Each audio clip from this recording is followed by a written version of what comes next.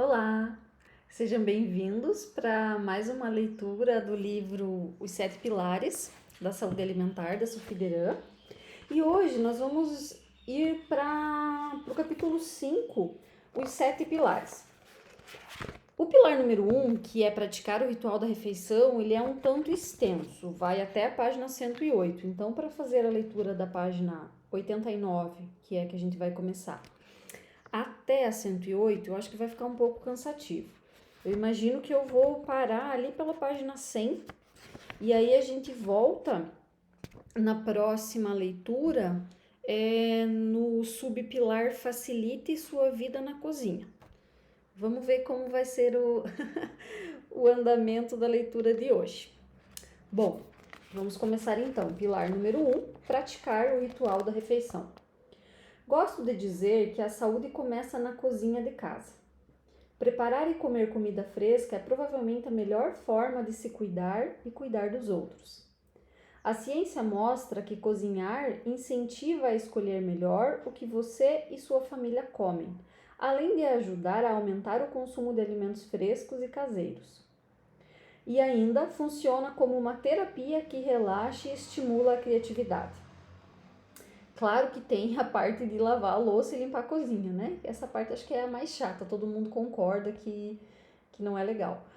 Mas realmente muito prazeroso quando a gente consegue preparar a refeição, senta para comer, assim, é algo bastante gratificante, né?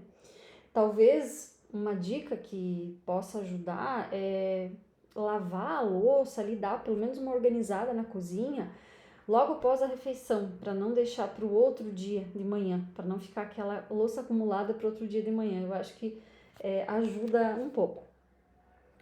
O planejamento, as compras, o preparo e o ritual de fazer a refeição são fases importantes do comer melhor.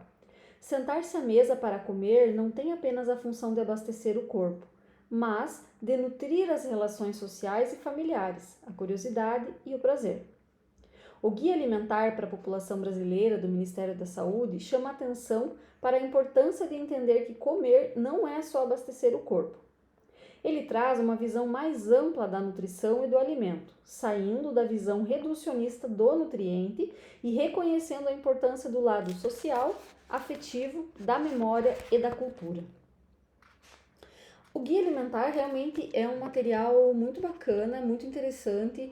Inclusive, eu super indico para quem trabalha na educação, por exemplo, para fazer trabalhos com as crianças, com os adolescentes, enfim, porque ele traz conceitos muito legais. Por exemplo, o conceito de a classificação dos alimentos segundo o nível de processamento. Eu acho que se a pessoa tem essa noção do nível de processamento e consegue fazer melhores escolhas, ela já está, assim, há muitos passos adiante nesse caminho a percorrer em busca de uma alimentação mais saudável. Subpilar, escolher e ou comprar os alimentos. Você tem o costume de ir ao supermercado, à feira para compras de casa? Se a rotina corrida é um obstáculo, tem alguém, como um funcionário ou membro da família, com quem você pode contar para fazer essa tarefa? Ou quase sempre vai ao mercado com pressa, enche o carrinho meio sem pensar e se rende com frequência a alimentos prontos e industrializados? Cuidar da escolha e da compra dos alimentos é parte fundamental do processo de melhorar a alimentação. Isso aqui parece uma coisa tão básica, mas é importante que a gente reforce, porque não dá para pensar em preparar uma refeição em casa se o armário ali, eu ia dizer despensa, né? Mas coisa mais antiga, não existe mais casa com despensa.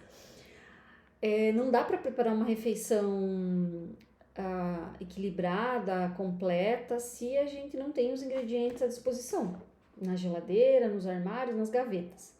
Então, fazer essa lista de compra, aqui em casa a gente tem um combinado, né? Eu e meu marido. Quando a gente nota que, abriu o último pacote de alguma coisa, a gente vai lá na lista e anota para comprar na próxima ida ao mercado, né? A gente não tem um momento certo para fazer isso. Normalmente é uma vez por semana ou conforme necessita, mas assim, não todo dia, né? Normalmente é uma vez por semana.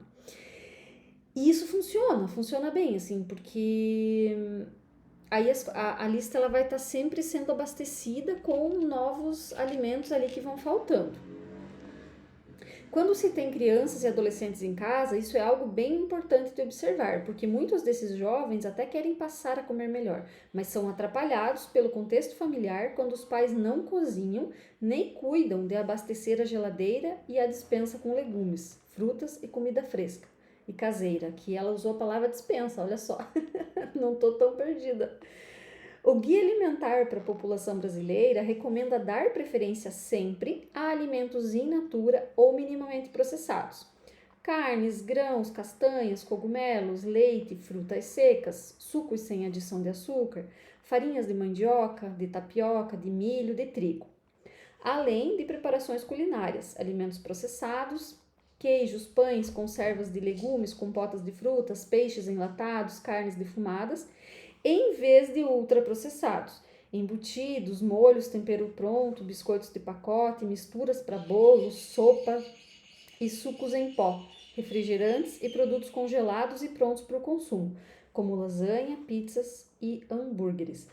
Bom, aqui a Sophie traz o conceito, quer dizer, não traz o conceito, ela dá exemplos, né? Eu quero reforçar isso porque eu acho que é bem importante, assim, que fique claro.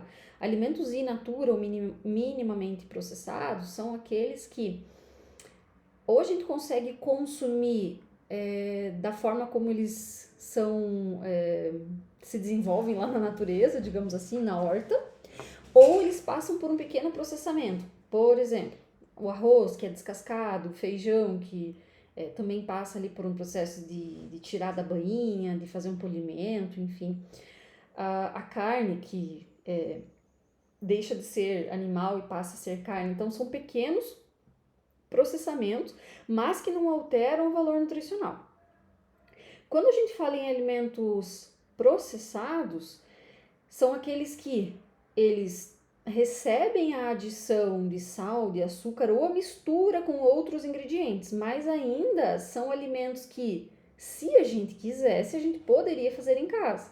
Por exemplo, o pão, o queijo, claro que hoje em dia dificilmente as pessoas fazem queijo, mas assim, no interior ainda fazem, né? O que eu quero dizer é que são alimentos que eles requerem um processamento, mas não é algo muito sofisticado, igual os ultraprocessados, né? Por exemplo, uma margarina. Uma margarina a gente não consegue produzir em casa nem se a gente quisesse. Então, tudo isso que traz ali na lista de ingredientes, palavras, nomes, que a gente não sabe muito bem o que são aditivos alimentares, né? Colocados ali para melhorar a textura, aumentar o tempo de validade, tornar aquele alimento hiper palatável. Tudo isso tá ali para fazer a gente consumir mais desses alimentos. Então, por isso que os ultraprocessados, eles devem ficar assim, reservados para alguns momentos da nossa alimentação. Não significa que a gente não pode consumir. Pode, mas com moderação, com mais cuidado. A base da nossa alimentação, ela deve vir dos alimentos in natura ou minimamente processados. Então, só esse conceito aqui, só a compreensão desse conceito já dá bastante ferramentas para a gente de como pensar e colocar em prática uma alimentação mais saudável. A questão de não proibir ou fazer terrorismo nutricional contra os alimentos industrializados, mas sim aumentar o consumo de alimentos frescos e caseiros.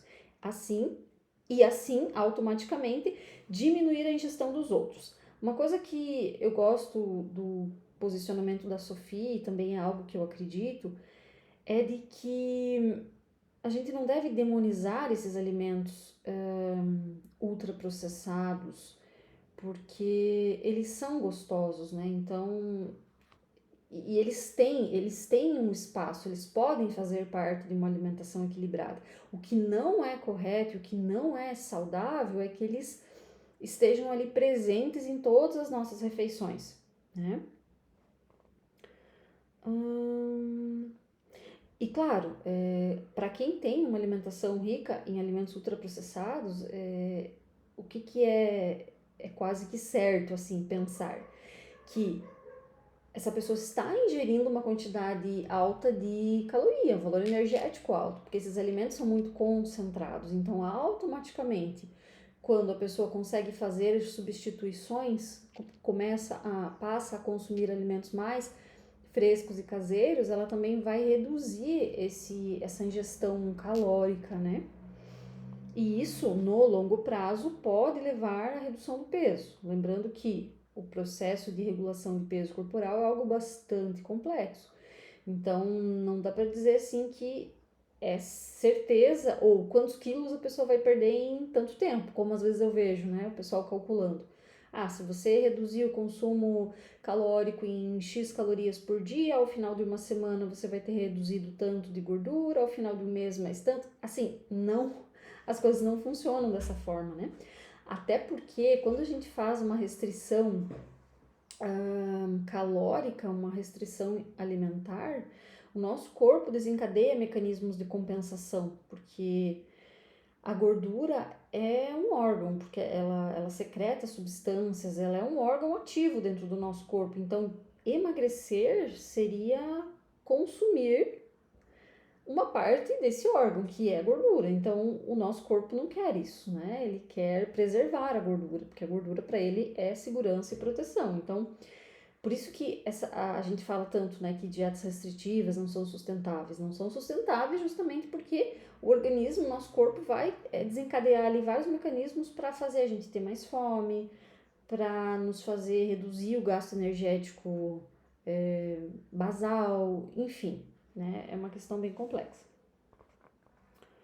Voltando para o livro. Isso vale também para todas as bebidas doces, inclusive os sucos de fruta embalados, que contêm muito açúcar. O melhor é tomar e oferecer às crianças mais água e ter em casa cada vez menos bebidas adoçadas ou com adoçantes. Aqui eu lembrei de comentar que recentemente saiu um artigo que faz uma meta-análise, que faz uma associação entre o consumo de suco de fruta integral e o ganho de peso em crianças. Ou seja, não é um estudo que comprova causa e efeito, mas ele mostra que existe uma associação e que isso é um alerta. E existe a ideia de que o suco integral, ele é um suco natural e que tá tudo bem consumir, que tá liberado, né? Inclusive, eu já vi, assim, relatos de pais que comentam, assim, que deixam à disposição na geladeira para a criança a garrafa de suco de uva integral, suco de laranja integral, e às vezes a criança, claro, o suco ele é muito gostoso e ele é bastante doce, então às vezes a criança passa a tomar o suco e não toma água. E a gente precisa prestar atenção no seguinte, apesar de o suco ser 100% fruta, muitas vezes ele é adicionado de um suco concentrado misturado de outras frutas. Às vezes eles usam uva, maçã. A maçã é muito usada porque ela é bastante doce. Então, esse suco concentrado de maçã é adicionado nesse suco. Ele continua sendo um suco 100% fruta, só que ele é mais doce do que consumir a fruta. E não dá nem para comparar, porque consumir a fruta, a gente está consumindo ali todas as fibras presentes no alimento, né? Então, você acaba... É um outro ponto de vista, assim, pensando em índice glicêmico, liberação de insulina, é outro contexto, né? E sem falar que a gente precisa tomar cuidado com bebidas com valor energético, porque é muito fácil tomar um suco, beber um suco aí numa quantidade além do que a gente deveria consumir, né? É diferente de comer, porque você não vai comer uma fruta em excesso. Dificilmente a pessoa vai conseguir comer uma fruta em excesso, porque a fruta tem que mastigar, dá, digamos assim, mais trabalho, né? E o suco não, o suco é muito fácil, você toma um copo, aí se tá bem geladinho e tá quente o dia, você toma mais um copo, daqui a pouco mais um copo. Então, esse é um alerta importante para ser feito, né? Especialmente para os pais que mantêm, ou às vezes que tem essa crença de que o suco é uma opção muito boa para a criança. Claro, se a gente comparar com suco de pacote, com suco de caixinha, com refrigerante, ok, sim. Mas veja, aqui a gente está falando de superestimular esse consumo em detrimento do consumo de água. Não, a água deveria ser a principal fonte de hidratação e essas bebidas, assim, eventualmente, esporadicamente oferecidas para as crianças, né? Agora é sua vez. É um destaque que a Sophie faz aqui no livro. Dicas, reflexões e atividades para trabalhar esse subpilar. A primeira é, faça uma lista de compras. Para cozinhar mais em casa e melhorar a qualidade da alimentação, é importante ter geladeira e despensa abastecidas com comida fresca e caseira. Isso exige planejamento e pode parecer complicado no início, mas fica mais fácil com a prática. Comece montando uma lista de compras, mesmo que limitada. Assim, você ganha tempo no supermercado e na feira, evita compras desnecessárias ou por impulso e economiza dinheiro. Levando uma relação de tudo o que você precisa, você também escapa daquela situação de chegar ao caixa e perceber que esqueceu algum produto importante. Para quem não gosta muito de ir ao supermercado, é uma forma de agilizar as compras sem correr o risco de deixar as coisas para trás por vontade de ir logo embora. Veja duas formas de montar a sua lista. Aqui a Sophie traz dois tópicos. Pensando no cardápio da semana ou a lista base. A gente vai ver primeiro o pensando no cardápio da semana. Funciona bem para quem consegue planejar o que pretende comer no café da manhã, no almoço, no jantar e nos lanches da tarde, ou nas refeições que costuma fazer em casa nesse período. Com o menu de cada dia montado, é só anotar os itens e as quantidades necessárias para preparar os pratos. Também pode ser atualizada a cada 10 ou 15 dias, dependendo da sua rotina e do número de pessoas na casa. Comece pensando no que você sabe fazer. Adiante falaremos um pouco mais sobre como planejar os cardápios. Lista base. Deixe pronto uma relação de tudo o que consome com mais frequência em casa e antes de sair para as compras, marque apenas os itens que precisa trazer. Reserve um espaço livre para anotar produtos extra, no caso de querer preparar uma receita diferente ou consumir um legume ou uma fruta da estação, por exemplo. Uma boa ideia é deixar a lista fixada na porta da geladeira ou em outro local visível da casa, para que vá sendo preenchida à medida que a sua família percebe o que vai acabando e precisa ser reposto. Aqui em casa a gente faz no celular mesmo essa listinha, né? Aí tem no bloco de notas uma bolinha que dá pra gente clicar ali e aí dá como concluído aquele item quando a gente coloca no carrinho. Aí aquele item vai lá para baixo da lista. Eu acho ótimo.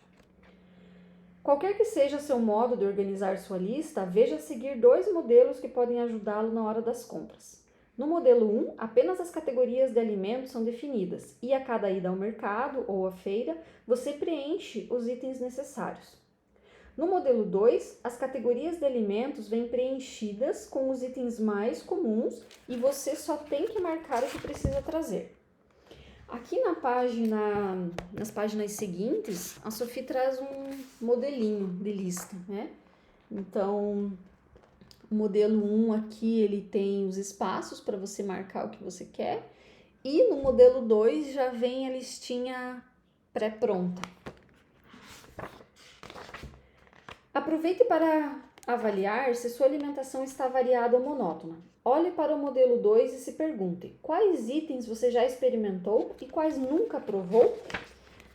Aqui no modelo 2, eu vou até ler os itens que tem aqui para você começar a pensar. Legumes, verduras e tubérculos.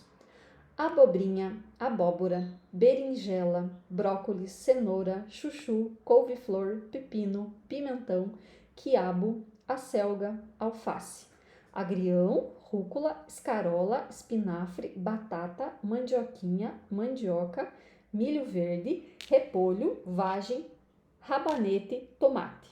Nas frutas, abacate, abacaxi, banana, caju, caqui, coco, figo, jabuticaba, goiaba, laranja, limão, maçã, morango, melancia, melão, mexerica, pera, pêssego. Bastante coisa, né? Grãos, farinhas e massas. Arroz, feijão, ervilha, grão de bico, lentilha, quinoa, fubá, espaguete. Temperos: alho, alecrim, cebola, cebolinha, gengibre, manjericão, louro, coentro, hortelã, salsão, salsinha, tomilho. Carnes e ovos: peito de frango, carne, peixe, ovo, ovo de codorna. Laticínios: leite, iogurte, manteiga e queijo. Outros: café, chá, cogumelos, pão. Olha, uma lista bem completa. Muito boa. Quais desses itens ali da lista que eu li você já experimentou? E quais você nunca provou? Quais tem curiosidade de conhecer? Quais poderia incluir na sua próxima compra? Sentiu falta de algum alimento que não encontrou na lista? Inclua-o para expandir seu repertório de nutrientes, de ingredientes e receitas. Dicas úteis para criar sua lista de compras. Antes de sair às compras, confira a despensa e geladeira sem pressa, aproveitando para checar a validade dos produtos e o que está acabando. Separar a lista por categoria de produtos ajuda a ganhar tempo entre os corredores do supermercado. Você pega tudo o que precisa em cada setor de uma vez só. É também uma estratégia para evitar colocar produtos no carrinho por impulso. Você pode se basear nos modelos apresentados para saber quais categorias de produtos incluir na lista. Se achar que corre o risco de esquecer anotações feitas em papel, use o bloco de notas do celular. Também existem vários aplicativos para smartphone que auxiliam nessa tarefa.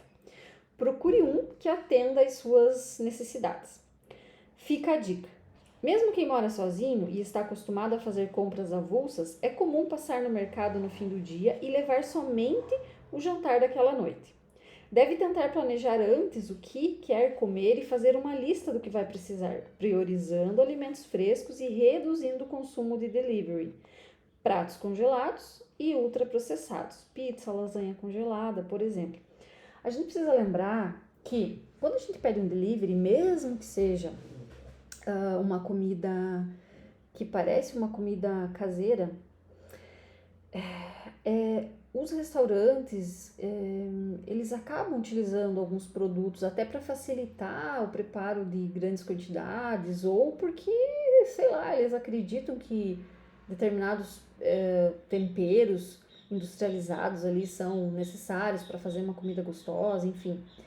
Então, eles acabam utilizando. Então, mesmo que você pense, eu estou comprando ali uma comida que aparentemente seria uma refeição fresca e caseira, quando a gente compra normalmente, eu não posso generalizar, mas normalmente ela já não é mais, né? Se ela vem ali de um restaurante, de uma cozinha industrial, enfim. Então é interessante que a gente tenha, até porque, estou pensando aqui agora numa esfirra. Uma esfirra é um alimento simples, assim, seria um alimento básico, uma massa simples de pão.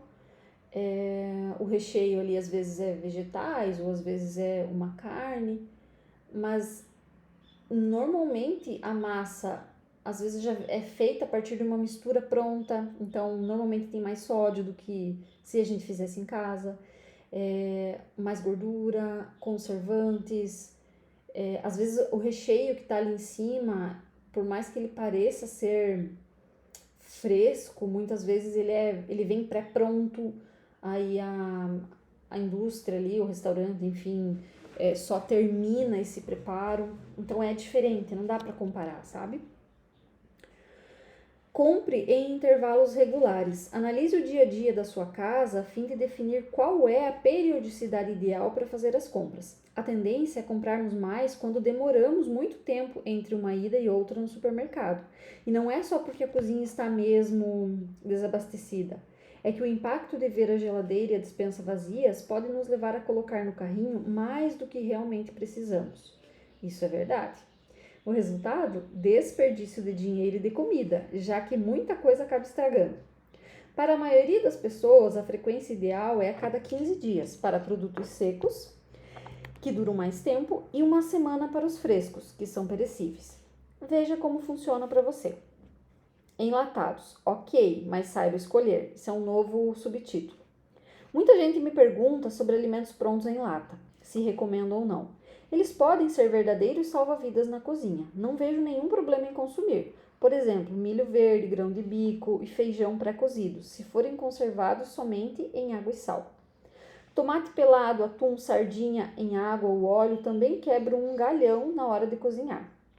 Todos são alimentos processados, mas conservam um bom valor nutricional. O mesmo vale para legumes congelados in natura, como ervilha, brócolis e cenoura, que encontramos no supermercado. Eles normalmente passam por um processo de conservação antes de serem congelados, mas não perdem propriedades e continuam sendo saudáveis. O segredo é ler antes o rótulo para saber o que há na lata ou no vidro do alimento. Quanto mais ingredientes in natura e menos aditivos que a indústria usa para fins cosméticos ou para tornar o alimento mais palatável, melhor. Esse cosméticos aqui está entre aspas, né? É aquilo que eu falei antes, os aditivos eles servem para melhorar, é estranho falar isso, né? Mas para deixar a cor mais intensa, para deixar mais crocante, enfim, né? Tem uma série de funções tecnológicas. Só que quando a gente está falando de alimentação saudável, a gente precisa pensar que esses aditivos, eles não colaboram com a nossa saúde. Claro, o consumo em baixas doses não traz prejuízo, mas, por exemplo, já foi associado o consumo de aditivo alimentar com disbiose intestinal, que é o desequilíbrio ali nas bactérias do intestino. Então, enfim, entre outras coisas. Vá à feira. A feira é o melhor lugar para comprar produtos frescos. Além disso, ali você tem a oportunidade de conhecer e experimentar ingredientes sazonais e conversar com vendedores e outros clientes sobre como usar um ou outro produto de um jeito diferente. Aproveite esse passeio. É divertido e muitas vezes você pode voltar para casa com uma receita maravilhosa. Eu já troquei dicas e ótimas receitas com desconhecidos que encontrei na feira.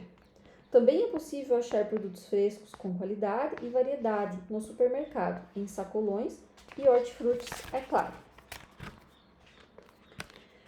Compre online. Se tiver uma rotina corrida, por que não fazer compras pela internet? A maioria dos supermercados oferece um serviço com entrega em domicílio, mas não dispensa a lista de compras. Quando basta um clique para colocar produtos no carrinho, fica mais fácil exagerar e levar o que não precisa. Para produtos frescos, veja se vale a pena fazer assinatura de cestas de produtor local. Procure um serviço do tipo perto de onde você mora. Há também aplicativos de associações e cooperativas de agricultores que entregam cestas de alimentos frescos em casa. Se puder, plante. A experiência de plantar espécies que servirão como temperos ou ingredientes frescos de salada é maravilhosa. Existem muitas dicas na internet sobre como construir pequenas hortas no quintal de casa, em áreas comuns do prédio e até na varanda do apartamento. É uma alternativa para ter ervas ou legumes frescos sempre à disposição. Sem falar que lidar com a terra e ter a vida e ver a vida se desenvolver tem efeitos importantes em nosso bem-estar. História real. Agora tem uma história aqui em destaque. Organização é a chave para comer melhor. Um jovem me procurou no consultório porque queria emagrecer. Ele logo disse que comia muito à noite. Durante a conversa, ficou claro que ele trabalhava em ritmo acelerado o dia todo e acabava esquecendo de parar para comer, ou seja, não respeitava a própria fome. Como resultado, chegava em casa faminto e atacava qualquer coisa que tivesse na geladeira ou pedia comida por delivery. Quando perguntei o que havia na geladeira dele, o rapaz respondeu que preferia não comprar muita coisa, pois como morava sozinho, acabava deixando estragar grande parte das compras, apesar de gostar de cozinhar. Na sessão, falamos principalmente sobre como planejar melhor tanto as compras como as refeições que ele fazia em casa. Chegamos à conclusão de qual seria o melhor dia da semana para ele ir ao mercado, e mostrei como elaborar uma lista de compras simples, como montar cardápios semanais e como se organizar para deixar as refeições pré-prontas, para simplificar o preparo do jantar no dia a dia. Um mês depois ele voltou ao consultório e disse surpreso: "Vim até aqui porque queria uma dieta e acabei saindo com uma lista de compras. Não imaginava que daria certo, mas até emagreci comendo melhor." Esse é um dos relatos mais lindos que a gente ouve, né? Ou que a gente pode ouvir no consultório. Subpilar. Cozinhar comida caseira. Cozinhar é a coisa mais importante que você pode fazer para melhorar sua alimentação e sua saúde. Não incentivo esse hábito somente porque é algo que eu, pessoalmente, amo fazer, mas porque realmente a ciência nos mostra que ele pode melhorar a qualidade da nossa alimentação e transformar nossa relação com a comida, além de ser um momento gostoso de compartilhar com a família e os amigos. Mas entendo que não seja uma coisa simples para muita gente. Nos dias de hoje, em que praticamente todo mundo leva uma vida acelerada, é compreensível ter dificuldade para se organizar e cozinhar a própria comida todos os dias. Isso, porém, não deve ser desculpa para desistir da ideia de comer mais alimentos frescos e menos ultraprocessados. Cozinhar é provavelmente a melhor coisa que você pode fazer para melhorar a sua alimentação. É a mesma frase lá do início, né? Aqui ela coloca em destaque com letras grandes. O que importa aqui não é se você coloca a mão na massa todos os dias para preparar as refeições da família ou as suas, caso more sozinho. Só se pode contar com alguém para cozinhar no seu lugar, parceiro, colega de apartamento, funcionário, ótimo. Mesmo se trabalha fora e almoça em restaurante aquilo, ou que oferece opções de comida feita na hora, tudo bem também. O que importa é garantir a presença de mais alimentos frescos na mesa. Agora é sua vez. Dicas, reflexões e atividades para trabalhar este subpilar. Explore o que já sabe fazer. Simplifique.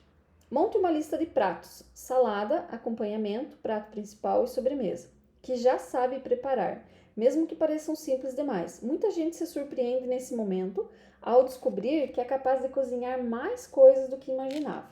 Por exemplo, arroz, feijão, macarrão à bolonhesa, omelete, salada caprese, purê de batata, torta de liquidificador, salada de frutas, mousse de maracujá. Monte uma cozinha agradável. Uma cozinha bonita, limpa e equipada aumenta a motivação para cozinhar. Servir e receber pessoas para comer junto. Investir em utensílios, louças, panelas e potes funcionais e de boa qualidade é um ótimo incentivo para querer passar mais tempo nesse ambiente. Mas não precisa sair agora e gastar um dinheirão em objetos. Veja o que já possui, providencie itens básicos que ainda não tenha, e à medida que for ganhando intimidade com a prática de cozinhar, vá aumentando o seu arsenal. Eu lembrei agora de um conhecido, de um trabalho que eu tive, que ele não tinha geladeira e nem fogão. Ele deixava algumas coisas numa caixa térmica, assim, num isopor. Acho que queijo e presunto ele deixava ali para tomar café da manhã. E almoçava fora e jantar, não sei o que ele fazia. E ele até tinha um fogão, mas depois ele acabou vendendo porque ele não usava. Então, eu não consigo imaginar. Faça uma coletânea das receitas de que você mais gosta. Organize suas receitas em um livro ou arquivo no computador e inclua-as nas refeições do dia a dia. Quer mais ideias? Pergunte para a sua família. Se tiver a sorte de ter mãe, pai, avós ou familiares ainda por perto, esse pode ser um momento delicioso de resgatar receitas e memórias familiares. Na internet, no meu canal no YouTube, youtube.com/sofideran, também há uma porção de receitas que podem ser usadas para expandir seu repertório de pratos, lanches e sobremesas. Busque opções que deem prazer de preparar e comer. Escolha receitas simples, fáceis e saborosas. Eu gosto também do site da Rita Lobo. Ela tem cozinha panelinha. Ela tem alguns livros também, cozinha prática, o que tem na geladeira, são receitas bem legais. Planeje os menus da semana. Organizar previamente o cardápio da semana com as refeições que pretende fazer em casa não só facilita a vida na hora de ir às compras, como ajuda quando o cansaço ou a geladeira vazia desmotiva. Fica mais fácil montar um jantar quando você tem uma base por onde começar a preparar algo gostoso para comer. Se almoça fora de casa nos dias úteis, como a maioria das pessoas que trabalham fora, programe só o menu do jantar. Se também almoça em casa, considere essa refeição no planejamento. Pode incluir os fins de semana, embora muita gente prefira ter mais liberdade no sábado e no domingo para cozinhar ou comer fora. Anote também lembretes que possam facilitar o preparo dos pratos. Uma boa ideia é deixar o cardápio fixado na geladeira para ficar visível a todos da casa. Veja esse exemplo. Então, aqui ela mostra um exemplo de cardápio ali para segunda, terça e quarta. Jantar: sobrecoxas assadas, salada de macarrão com rúcula, tomate e queijo de cabra. Lembrete: tirar frango do freezer e deixar folhas lavadas. Aí na terça: arroz, lentilha, carne de panela, couve refogada. Descongelar a carne. Na quarta: arroz, feijão, peixe no forno, salada de folhas. Deixar feijão de molho de manhã. Bom, então, na próxima semana nós vamos retomar a leitura na página 100, no tópico Facilite sua vida na cozinha. Espero que a leitura dessa semana tenha motivado você a fazer compras, abastecer a cozinha, a geladeira, os armários, enfim, e que você consiga dar esse passo tão importante no cuidado com a saúde, que é cozinhar. Até mais!